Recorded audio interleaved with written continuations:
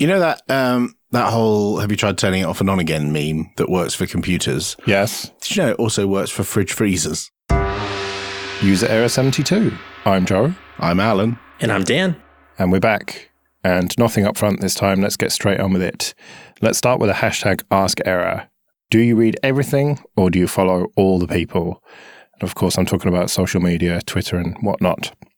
Do you follow a bunch of people or, like me, do you follow a very small number of people and read all the tweets? I can't get behind this idea that you have to listen to everything everyone you follow says. I don't see why that's a valuable thing. So no, I am apparently, according to Twitter, I am following 3,780 accounts. Some of those will be people, some of them will be companies, some of them will be marketing, some of them will probably be bots. Well, no, a lot of them are bots actually. And no, I open Twitter and I scroll and see a few and then alt tab away and do something else. I definitely don't feel the need to read everything anyone says. Joe, are you telling me you read all of the tweets that everyone you follow ever posts? Yeah. Do you also browse Reddit by new? I don't look at Reddit very often at all. Wow, okay. Yeah, no, I definitely do not do that. I only follow 160 people, but I do not read everything they post. I do the same like Alan, scroll through whatever's on top and if it's any good. But, you know, everybody's got retweets and their likes show up and things like that, right? So I can't even comprehend the ability of like, what does it take to try to go through and read everything that everyone posts? Like, how do you have a system for that? Yeah, the system is don't follow people who shitpost all the time. But that's not what I'm doing. I'm following a whole bunch of people and I'm dipping in and out of their lives, just like I don't follow my friends around and listen to everything they say, or, you know, I wouldn't, if I follow someone on Facebook, read every single post they do on Facebook, or this is the point at which you say you haven't got a Facebook account. I know. Yeah. Okay. Let's get past that. I've got 3. Thank you very much. But I don't see the value in it. I don't see what it would do for my life to know every single tweet an individual had ever said. Well, if you're worth following, then you're worth reading everything that you say. No. Surely. No. Who's your favourite band? I'm too old to have a favourite band. Which Desert Island, you've got one record. What is it? Pink Floyd, Dark Side of the Moon. Pink Floyd. Is every single record Pink Floyd have ever made as good as every other record Pink Floyd have ever made? Demonstrably no. Right. So you don't have to listen to all of Pink Floyd to appreciate Pink Floyd. Therefore, I don't have to read every tweet from Joe Ressington to like Joe Ressington. There are a lot of accounts that I follow on Twitter too that are just like good vibes kind of thing. Of course there are. Well, no, it's good when you're scrolling through and you're like somebody's pissed off about, you know, the latest politically charged thing.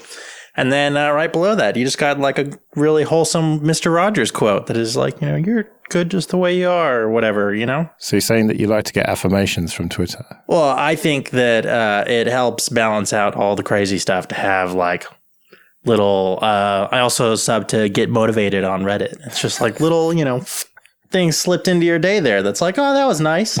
I agree with you. It's good to have a nice mixture, and I do. I have a nice mixture of, there's a bit of politics in there, and I follow a bunch of journalists, and so I get some news via Twitter, but also I follow a bunch of silly bots, like bots that post scans of computer magazines from the 1980s, like random pages, and that triggers that nostalgic vibe in me.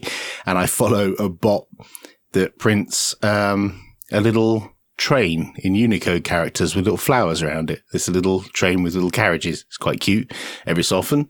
And all kinds of comedy accounts that make me chuckle now and then, like amusing pictures of Jacob Rees-Mogg or whatever. So I think it's good to have a mixture, but I would get bored if I had to see every single picture from all of those bot accounts, and equally I would get depressed if I had to read every post from every journalist that I follow. So I think it's nice to have a little mixture and dip in and out of it from time to time.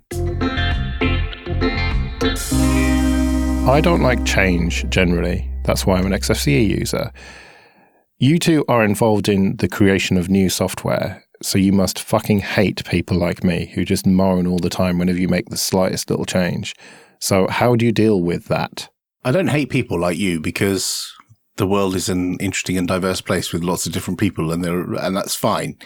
But it also doesn't really bother me because you don't use my software. So if you were the kind of person who really didn't like change and you used the software that I use, then that might frustrate me.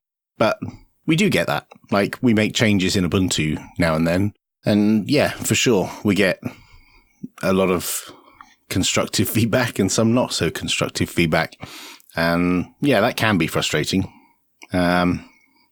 I don't know what you do about that because there's people with different points of view. Some people like change, some people don't. You just have to balance it, really. But how do you balance that? Pushing forward with progress against people who don't want that progress? Well, you've got to make a coherent argument for why you're doing it. And one of the phrases that I hate more than anything is the phrase change for change's sake. And that's just putting your hand up and saying, I'm ignorant. I don't know why this change is happening. So I'll just say you're changing it just because you can, which is almost always 100% utter bullshit. There is always a reason why you're making a change. You might know what that is, but the person making the change does. And so the onus is on the person who's making the change to explain why they're doing it, articulate why they're doing it, what the benefits are. And, if there's any reasons why there's a negative change, any impact of doing that.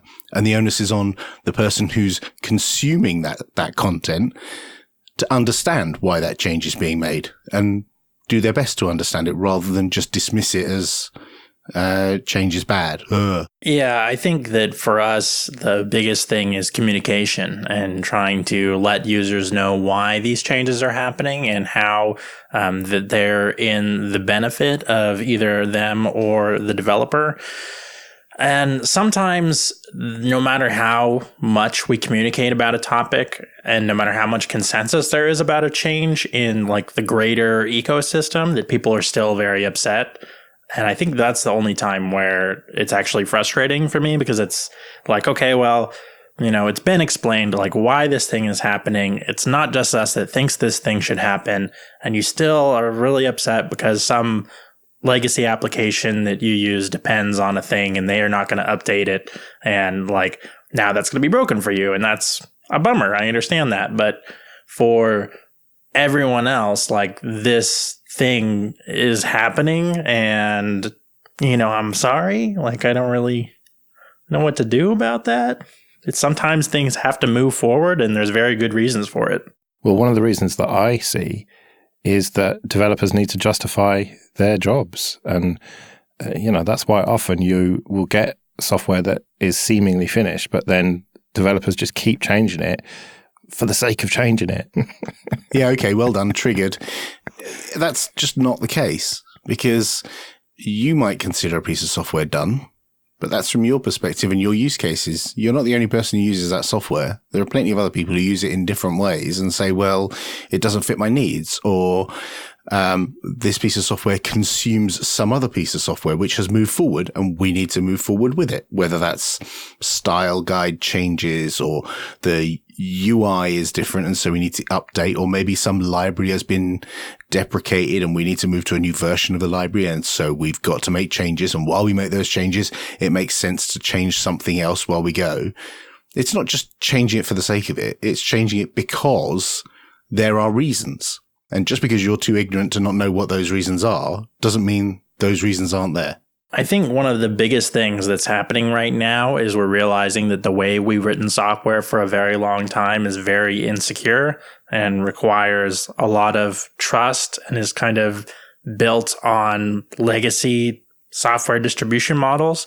And so rethinking all of that and going, okay, how do we build software that actively informs users and gives them control over their own computers and doesn't take away their autonomy or sneak around behind their back? Like, these are all kind of new problems that we're dealing with because in the old days, software was really simple and you couldn't do a lot of the things that you can do now. And the way things were distributed was like a very small scale way. And so we're kind of combating all these new evils, and it's going to require some changes in the way we do things. #AskError. Hypothetically speaking, do you think it was easier to be unfaithful in a relationship 20 years ago or now? Nobody wants to go first with this, do they? I guess before the advent of like GPS tracking and mobile devices that could tell where you've been, you know, carrying a thing that tracks your every move, and before the advent of social media where it was very easy to see what people have been up to, you know, previously, or see where they've been, and, you know, people, and the advent of people sharing a lot about their lives. And before the fact that everyone carried a camera around in their pocket and so could get evidence of indiscretions and misdemeanors, you know, very quickly and share it with loved ones. Yeah, totally. It probably was easier to skulk about and not get found out, and, have, you know, something on the side when you're in a allegedly stable relationship. Totally. I would think it was easier. Whereas now, you know, all it takes is your electronic footprint to give you up, or someone else to take a photo of you doing something you shouldn't be doing, and yeah, you're done. I know that some people are going to be like, but what about Access? They have all these dating sites now. What about Tinder? What about, whatever? But I got to agree with you, Alan. And the data that we have, like from users of these services, is that, well, especially for us males, that there's really not more access now at all.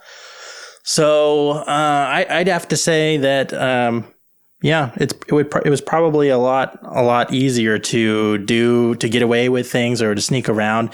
Actually, you know what's funny is on a more wholesome note, it's harder to surprise people now. It's a lot harder to plan surprises for things when it's like, oh, you got a text message and an email and a thing, and we got a verification request, and we're going to do this. And like, there's all this information about everywhere that you are and everything that you're doing constantly.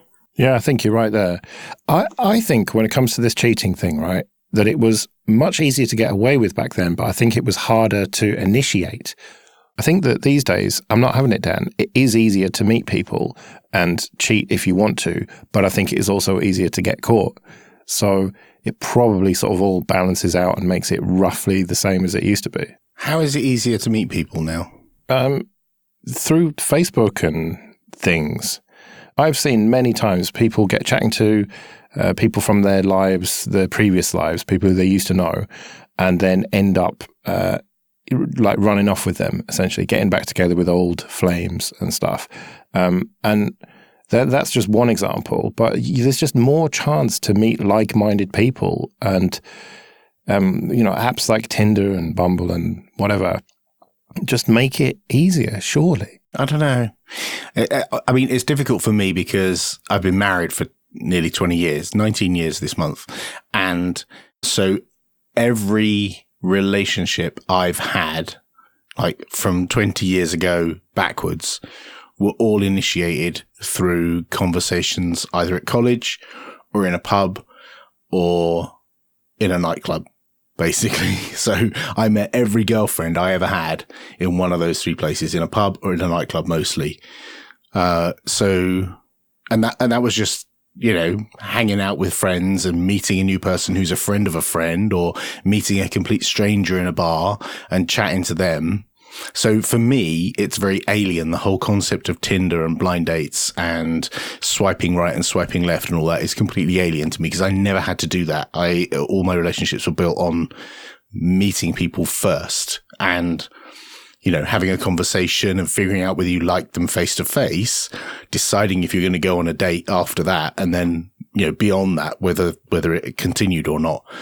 So my view on this is slightly tainted, and I found that because I wasn't a particularly extrovert person, I found that difficult, but I still managed to, find a life partner and, numerous partners before that. Numerous sounds like the wrong word, actually. A few partners before that. So I didn't have a problem. I think I'm a typical example of people of that age, I think. So I actually think it's harder now. I got to agree with Alan on this one. There was a small period of time when certain dating apps started getting more like mainstream, I guess, where it seemed like that was a really good way to meet people.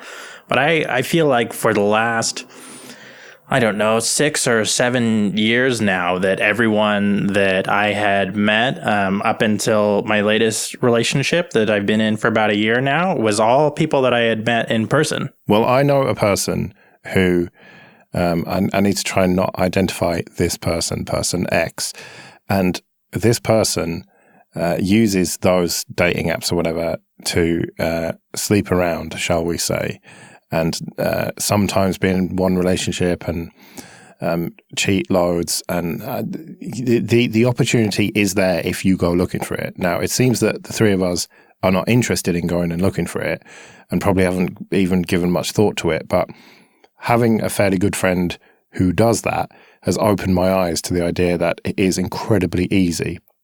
If you are a certain type of person who is attractive for whatever reason, it is incredibly easy. If you are an ugly fucker like me, maybe it might be a bit harder.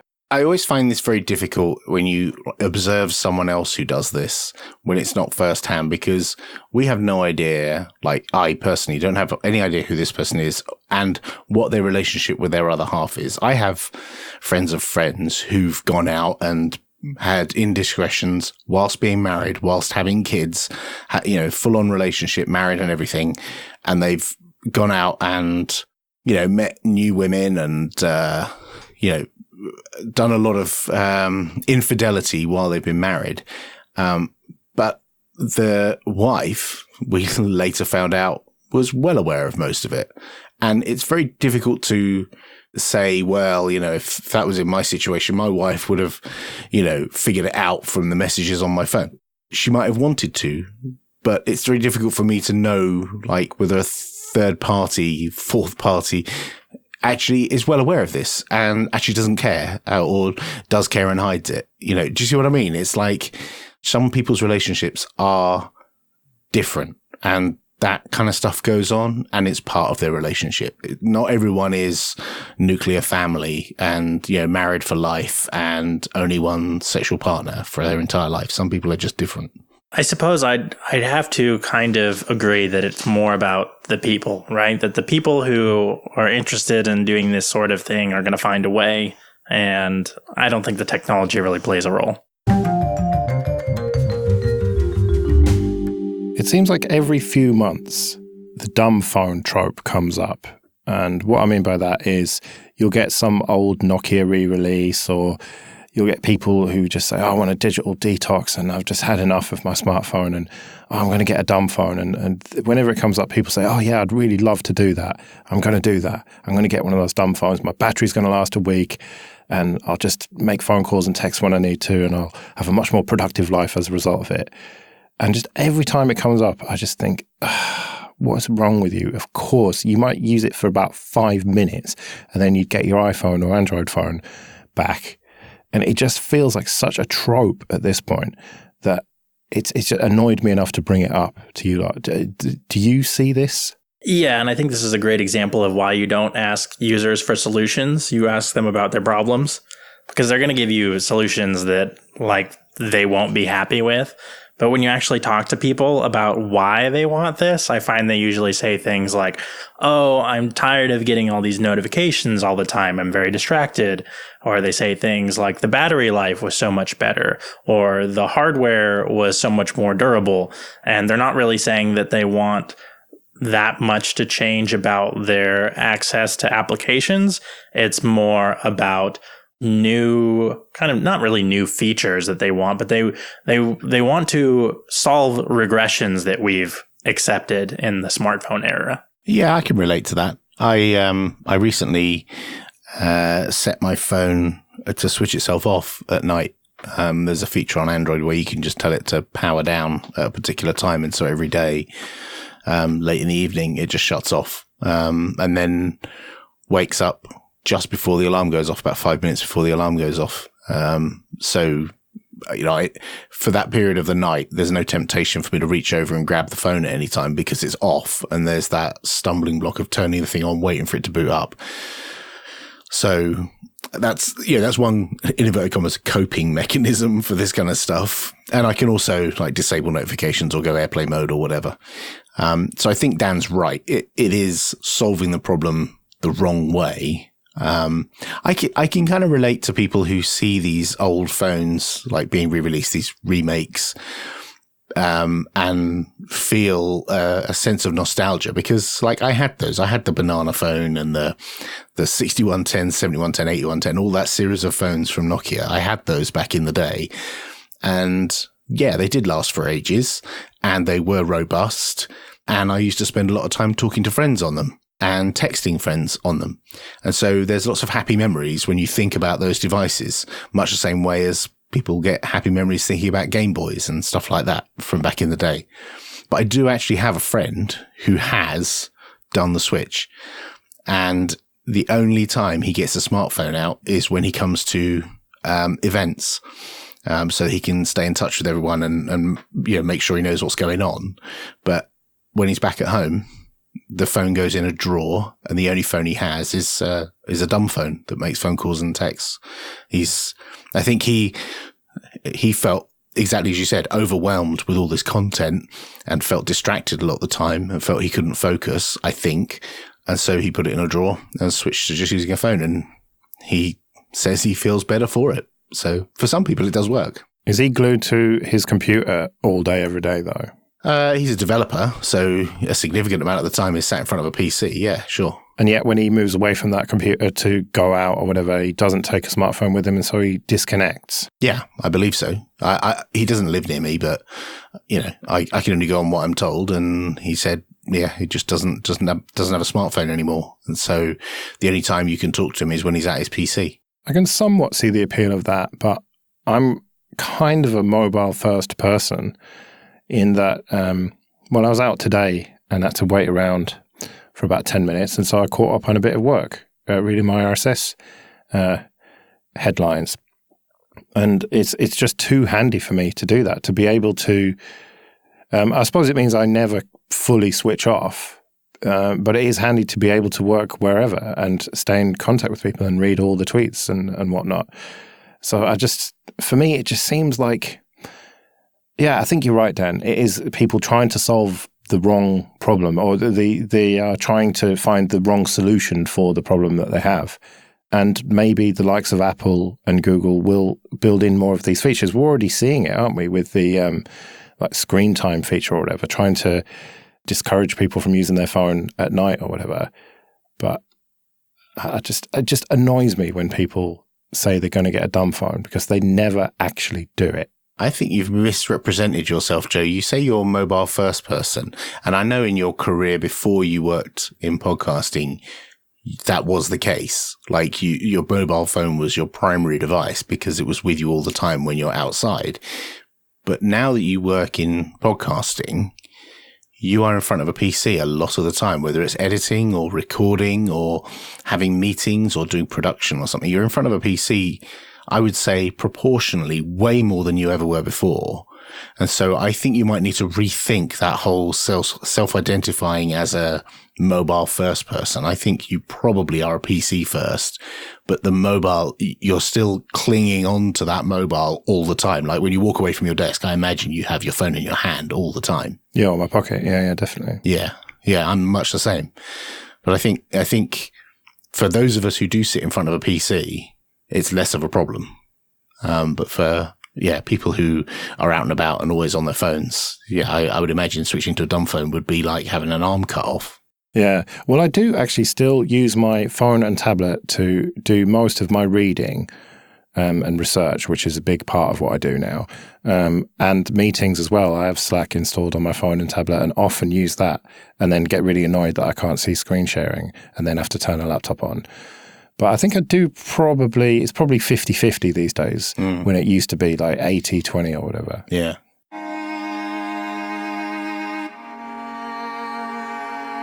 #AskError. Do you have a sliding doors moment in your past? Now, when I proposed talking about this, you two had no fucking clue what sliding doors was. What? Well, what was it? Just Dan didn't know? Yes. Oh, okay, right. So Sliding Doors was a British film from the turn of the century with Gwyneth Paltrow and some other people. And the basic premise is that there's a moment in her life where she either gets onto the tube train or doesn't, and then the film splits in two, and then you see it from both perspectives. And it turns out that this one seemingly insignificant moment actually was very influential and made a massive difference in her life. And so basically, if you look back at your life, can you identify a one seemingly insignificant moment that actually had a massive impact on you? Nope. I think that's really hard to try to pick out like, oh, this insignificant thing actually changed everything. How could you even remember that it happened? I don't know. I feel like everything that I can even think about that is like, oh, this was a life-changing event, then I, of course, can't label it insignificant because it was life-changing. Well, it's seemingly insignificant at the time, I think, is the key issue here. I don't know. I can't think of one. I should point out, as the famous comedian Richard Herring says, the film is incorrectly named. It shouldn't really be called Sliding Door, because it's not the sliding of the door that changes her destiny. It should really be called Girl with a Doll Gets Moved, because that's what slows her down on the steps before she actually gets to the train and means she misses her train.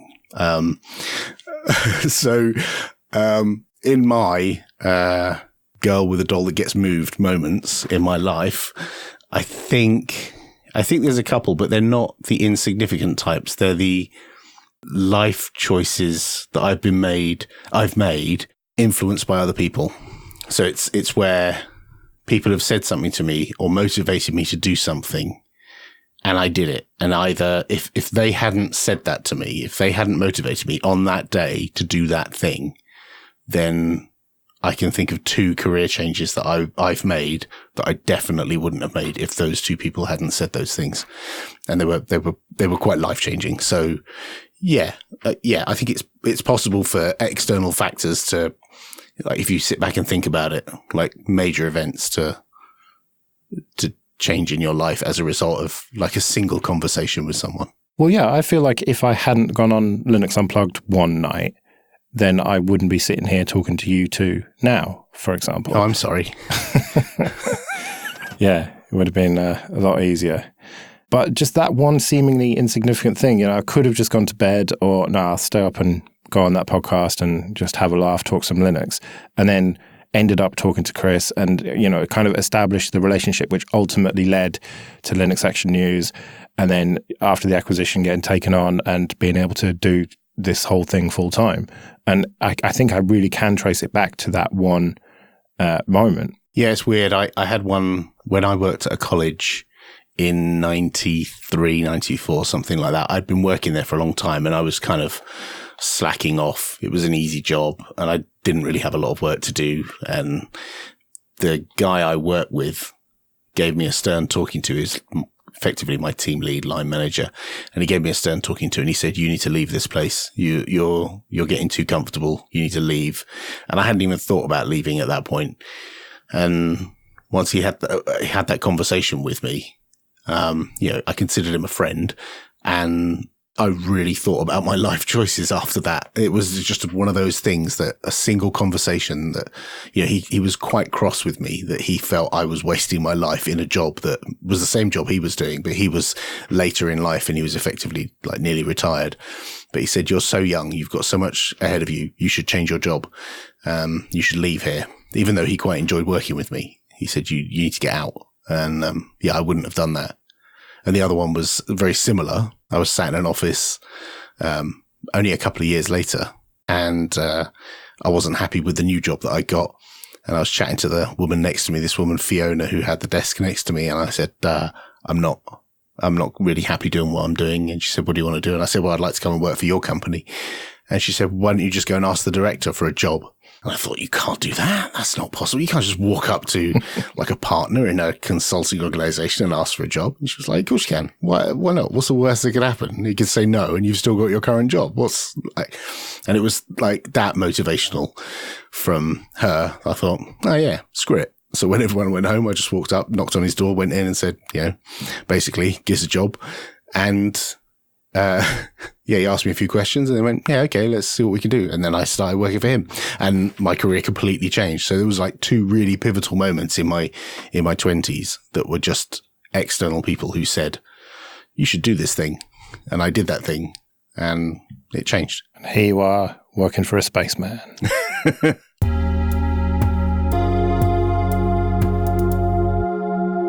Will polarized politics last forever? I think, at least to me, it seems clear that we are living in a time where politics, be it Brexit, Trump, whatever, is just massively polarized. Either you are one side or the other. The center ground seems to have disappeared.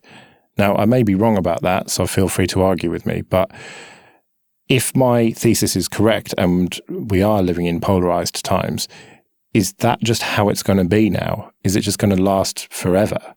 I would like to say no, and I would like to say that, over the past couple years, we've seen like what this kind of mindset can do to our economy and to our citizens and, all these tragedies that we've been through and all these kind of things. And we'd look back and we'd say, wow, it turns out that this party was so wrong that now we can, move forward in some other direction and meet at some other ground and not be over here anymore. But it seems like that things are only getting more and more polarized, and the folks that are responsible for some of the most demonstrably awful policies and decisions in recent memory are getting more and more entrenched and believing that those things are right.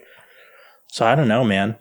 My perspective is a little more glass half full in that I would highlight one key word in your question, which was, will polarized politics last forever? And the answer is no, because nothing lasts forever. It doesn't matter how far back you go, there's always change. I know sometimes some people don't like change, but change happens. And I'm not a political scientist or historian, but I'm pretty confident that there's always change. That's the one constant, is there's always change. And I don't know that I can foresee what it is, but one thing that I know humans have a problem with is they view the world through the myopic view of their own lifetime. And they forget that before they were born, other things happened. And after they're going to be dead, different things will happen. And so we get this real blinkered view of the world through our own eyes, which is like natural human behavior. It's pretty normal for that to happen.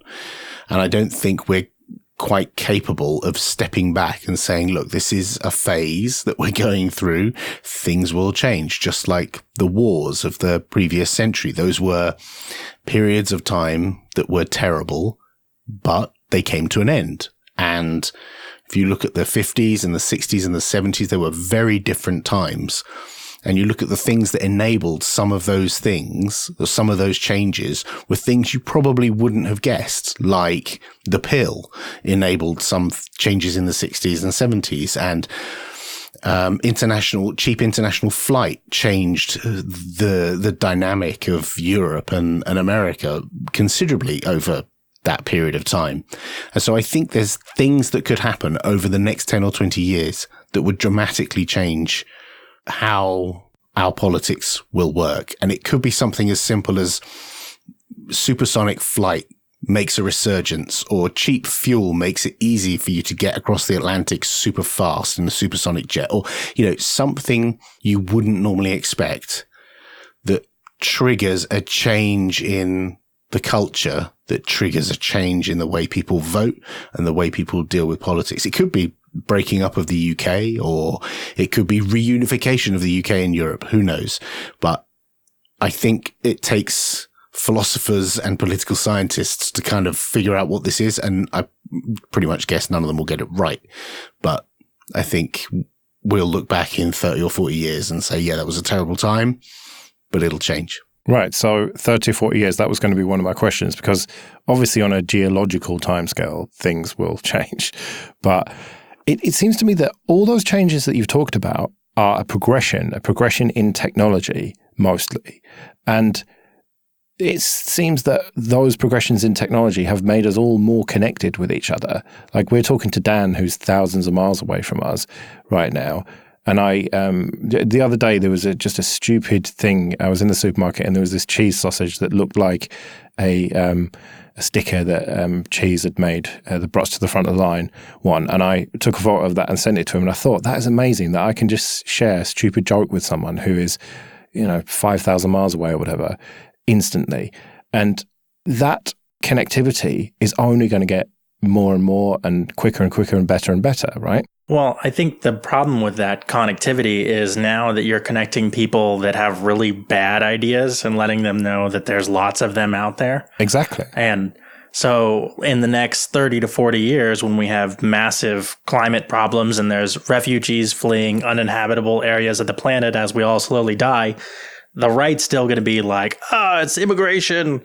Don't change anything about our technology. These immigrants are coming in here and ruining everything. Right, but the flip side is technology could improve things like being able to make protein without having to kill animals. Like, mass farming could change completely. Maybe the desalination of seawater could be made so that it doesn't need incredible amounts of electrical power in order for a plant to work, in which case irrigation of parts of the world which are normally like desert lands could be viable. And so people would move in different directions. Maybe they'd move further south to where it's warm, but also there's seawater that can be desalinated and irrigate their land.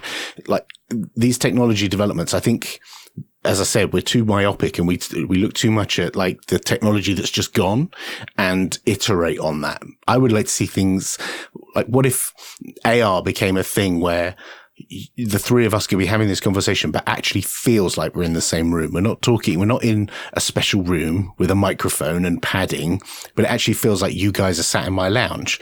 But for you, it feels like I'm sat in your lounge or something, What if the people that we invite into our homes virtually are people from different countries, different cultures, and, they bring along their cultural differences, and maybe there's something that brings people together like that. You're a dreamer, Alan. You're a fucking dreamer. I know, right? Yeah, that's way too optimistic, man.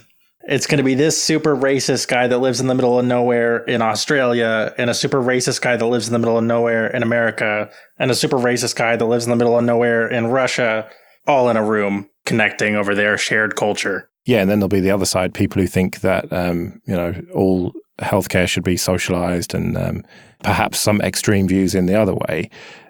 They'll all get together in AR rather than just in Facebook groups or whatever it is that they're doing now. I don't know, man. You were too optimistic, Alan, I think. I've got kids. I have to be optimistic. Like, there's no way that I could sit here and say, hey, kids, eat up your chicken nuggets and chips because you're going to be dead tomorrow. Like, you can't be pessimistic if you've got children about the future. You can't. It just wouldn't work. We're definitely at the point, though, where if the politics don't change, the stakes are pretty high. And I don't know, the world that our next generation might have to deal with, it's pretty scary sounding. No, it's all going to be a free software utopia, isn't it, Alan? Like, all of this new technology is going to be powered by free and open source software, and everyone's going to get along, and they'll have cultural cross-pollination, and everything will be absolutely fine. And your kids are definitely not going to be, put out of work by robots and having to wipe old people's asses for a living or anything. Maybe that's your sliding doors version of the future. My sliding doors version of the future is different.